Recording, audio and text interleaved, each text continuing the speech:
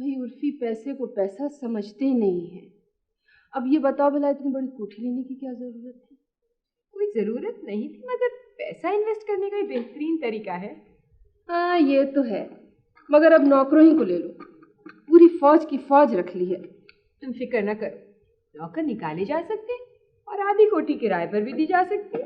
अरे तुम उर्फी को बहुत पसंद करोगी और उन्हें भी बस तुम्हारी जैसी लड़की की जरूरत है। आओ उर्फी आओ, मेरी दोस्त से मिलो। My God sir, teacher. आदाब अर्ज है, आदाब अर्ज है। फजीलत, ये है उर्फी। गॉड। मोहतरमा, मालूम होता है कि हम इससे पहले भी कभी मिल चुके हैं। कुछ याद पड़ता है आपको? अरे इससे पहले भी तुम लोग मिल चुके हो क्या? यकीनन साहब, जरूर कहीं ना कहीं मिल चुके हैं, क्योंकि मैं इस किस्म का चेहरा कभी भूल सकता हूँ?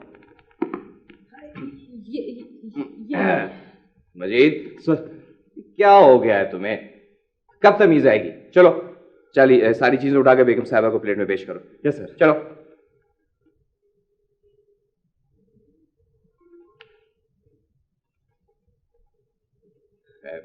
माफ कीजिएगा खातून, आपको कहीं ब्लड प्रेशर की शिकायत तो नहीं है? क्योंकि आपकी सांस काफी फूल रही है। उर्फी, ऊट पटांग बातें मत करो। अरे भाई ये फजीलत है जिनका मैंने तुमसे जिक्र किया था। अच्छा अच्छा, जिनके बारे में आपके और शहीद भाई के नजरियात में शदीद इख्तिलाफ था। तशरीफ रखिए।